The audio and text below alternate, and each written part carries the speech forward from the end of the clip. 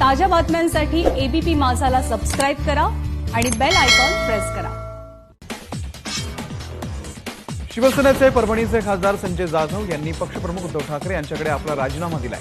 महाविकास आघाडीतली धुसफूस यामागे कारणीभूत असल्याचं सांगितलं जातंय। शिवसेना कार्यकर्त्यांनाच न्याय मिळत नसल्याची भावना संजय जाधव यांनी व्यक्त केली आहे। संजय जाधव परभणीहून मुंबईला रवाना झाले आहेत। ते उद्धव ठाकरेंची भेट घेण्याची शक्यता आहे। जिंतूरमध्ये राष्ट्रवादी काँग्रेस पक्षाचे अशासकीय प्रशासक मंडळ नियुक्त करण्यात आले आणि त्यामुळे संजय जाधव नाराज असल्याची माहिती आहे।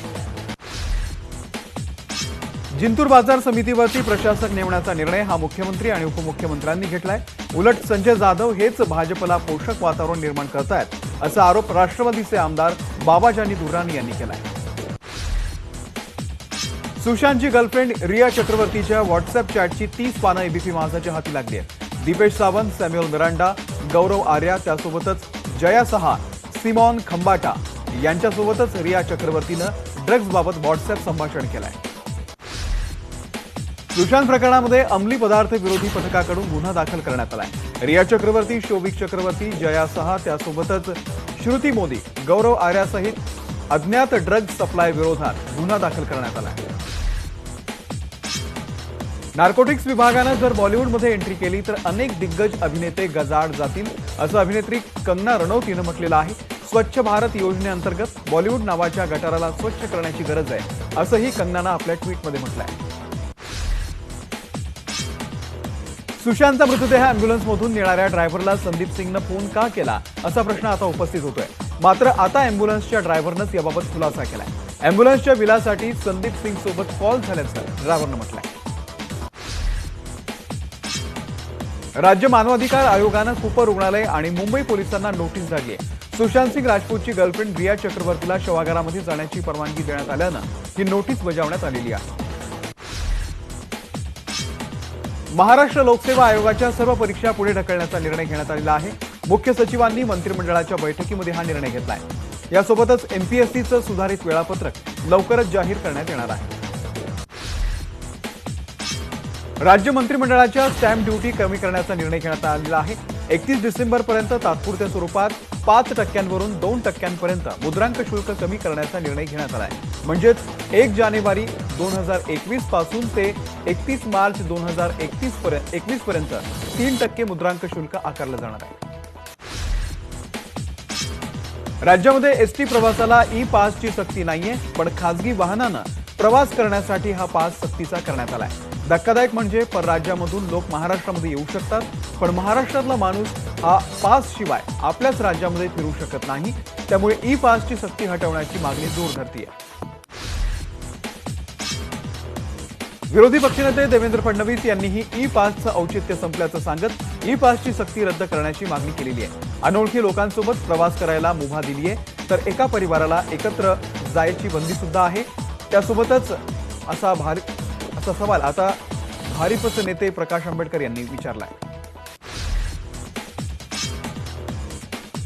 ऑक्सफर्ड युनिव्हर्सिटी आणि पुण्यातील सिरम इन्स्टिट्यूट यांच्या संयुक्त सहभागामधून निर्माण करण्यात आलेल्या कोरोना प्रतिबंधक लसीची पहिली मानवी चाचणी पुण्यामध्ये पार पडली।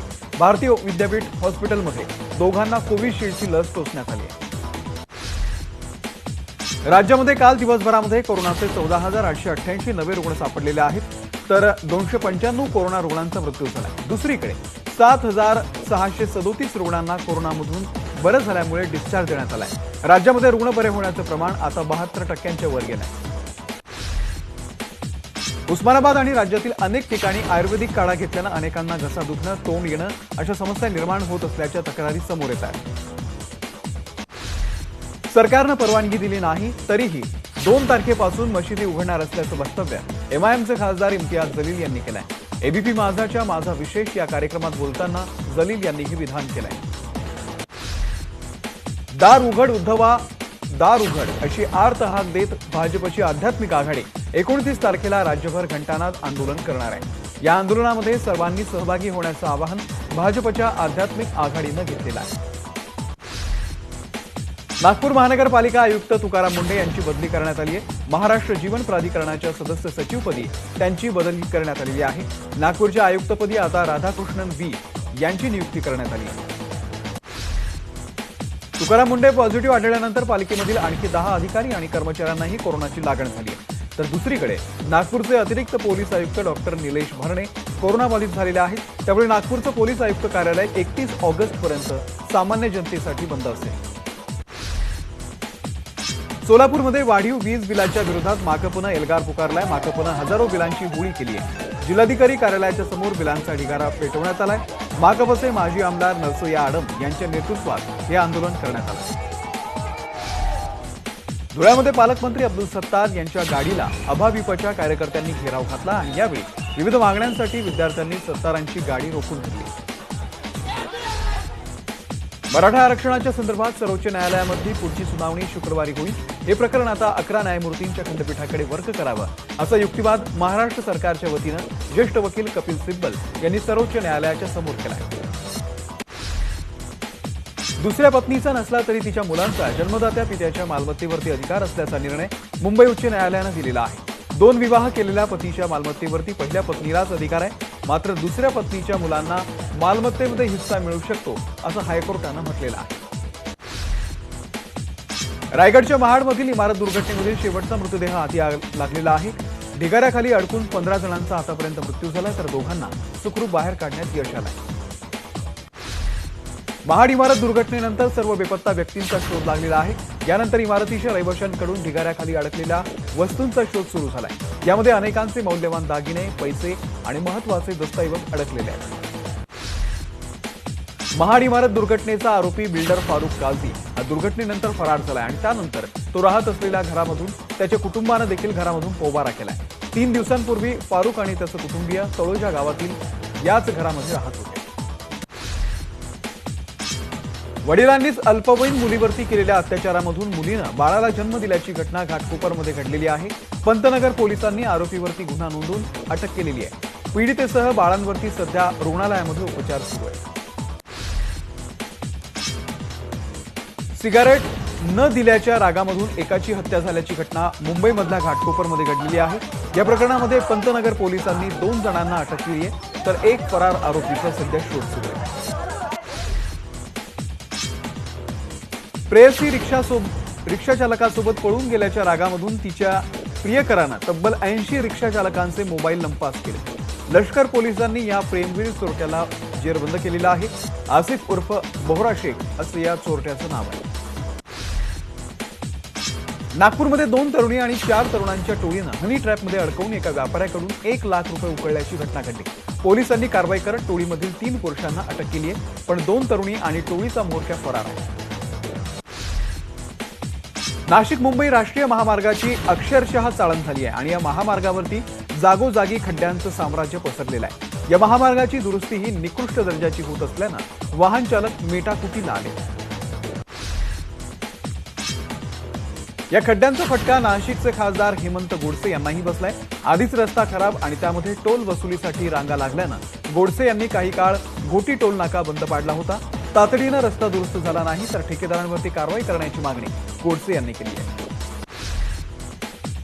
कल्याण डोंबिवलीमध्ये खड्ड्यांवरून मनसेचे आमदार राजू पाटील आणि खासदार श्रीकांत शिंदे यांच्यामध्ये चांगली झुंपलेली आहे. ट्विटरवरती मागणी करणाऱ्या आमदारांनी ट्विटरच्या बाहेर येऊन सहज मतदारसंघामध्ये एकदा फेरफटका मारावा जेणेकरून आपल्या मतदारसंघामध्ये कुठे कुठे खड्डे भरण्याची कामं सुरू आहेत हे त्यांना कळेल असा टोला खासदार शिंदे यांनी लगावलाय. तर या टीकेनंतर आमदार राजू पाटील यांनी थेट खासदार श्रीकांत शिंदेच्या डोंबिवलीमधल्या घराबाहेर पडलेले खड्डे दाखवून दिले आहेत. 2च दिवसांपूर्वी उद्धव ठाकरे ठाण्यामध्ये येणार म्हणून ठाण्यामधले खड्डे रातोरात बुजवण्यात आले होते. यावरूनही पाटलांनी निशाणा साधला.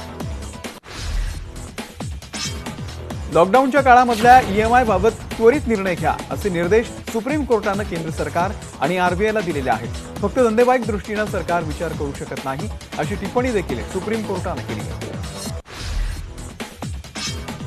फलटणजवळच्या जिंती गावातील शर्मिला रणवरे यांनी कोरोनाच्या पार्श्वभूमीवरती चांगला संदेश देणारा गौरीचा देखावा साकारलेला आहे. यामध्ये एका गौरीच्या हातामध्ये सॅनिटायझर आहे तर दुसऱ्या हातामध्ये गौरीनं कोरोना काळामध्ये स्वच्छतेचा संदेश देणारा फलक हाती घेतलाय. विशेष म्हणजे दोन्ही गौरी दारामध्ये उभ्या असल्यानं यामध्ये दिसून येत आहे. कोरोनाच्या काळामध्ये अहोरात्र मेहनत करणाऱ्या कोरोना वॉरियर्सचा देखावा बोरिवलीमध्ये साकारण्यात आलेला आहे. गोरेगाव येथे राहणाऱ्या सिद्धेश विचारे या युवकानं आपल्या घरातील सजावटीच्या माध्यमामधून कोरोना वॉरियर्सना मानवंदना दिली आहे. आयुर्वेदाचं महत्त्व पटावं यासाठी डोंबिवलीमधल्या जाधव कुटुंबियांनी आपल्या घरातील घरगुती गणपतीच्या माध्यमातून देखावा साकारला. डोंबिवलीच्या लोढा हेवन परिसरामध्ये राहणाऱ्या प्रतीक जाधव यांना हा देखावा साकारलेला आहे. मुलुंडमधील एका कोविड सेंटरमध्ये गणपतीची प्रतिष्ठापना करण्यात आली. मिठागर रोड उच्च माध्यमिक शाळेमध्ये हे कोविड सेंटर एप्रिल महिन्यापासून सुरू आहे. गणपतीची प्रतिष्ठापना या सेंटरमध्ये केल्यापासून उत्साहाचं वातावरण आहे. कोल्हापूरचं अंबाबाई मंदिर सुरू करण्याबाबत राज्य सरकारनं सकारात्मक निर्णय घ्यावा अशी मागणी पश्चिम महाराष्ट्र देवस्थान समितीकडून करण्यात आली आहे. याबाबत मुख्यमंत्र्यांना लवकरच एक पत्र लिहिणार असल्याचं समितीचे अध्यक्ष महेश जाधव यांनी सांगितलं. केरळचं प्रसिद्ध पद्मनाभ स्वामी मंदिर आता भाविकांना दर्शनासाठी खुलं करण्यात आलंय. मात्र भक्तांना दर्शनासाठी ऑनलाईन नोंदणी करावी लागणार आहे. मंदिर सकाळी 8 ते सकाळी 11 या वेळेत आणि संध्याकाळी 5 ते संध्याकाळी 6:45 वाजेपर्यंत दर्शनासाठी खुलं असेल. गुजरातच्या प्रसिद्ध सूर्य मंदिराची एक चित्रफित पंतप्रधान नरेंद्र मोदी यांनी शेअर केली आहे. या चित्रफितीमध्ये मुसळधार पावसाचं पाणी मंदिराच्या पायऱ्यांवरून खळाळून वाहत असल्याचं पाहायला मिळतं. जम्मू काश्मीरच्या राजौरी जिल्ह्यामध्ये झालेल्या मुसळधार पावसामुळे पूरस्थिती निर्माण झाली आहे. साक्तोह आणि धारहाली या नद्या आता दुथडी भरून वाहत आहेत. या परिसरामध्ये पुढचे काही तास मुसळधार पावसाचा अंदाज आहे. दोरीच्या सहाय्यानं नदी पार करणं एका तरुणाला चांगलंच महागात पडलंय. दोरी हातातून निसटल्यानं हा तरुण नदीमध्ये वाहून गेलाय. राजस्थानच्या प्रतापगडमधली ही दृश्य आहे.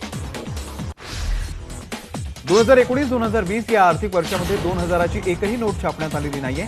बाजारात देखील 2000च्या नोटीची मागणीची कमी आहे. रिझर्व्ह बँकेच्या वार्षिक अहवालामधून ही माहिती समोर आली आहे.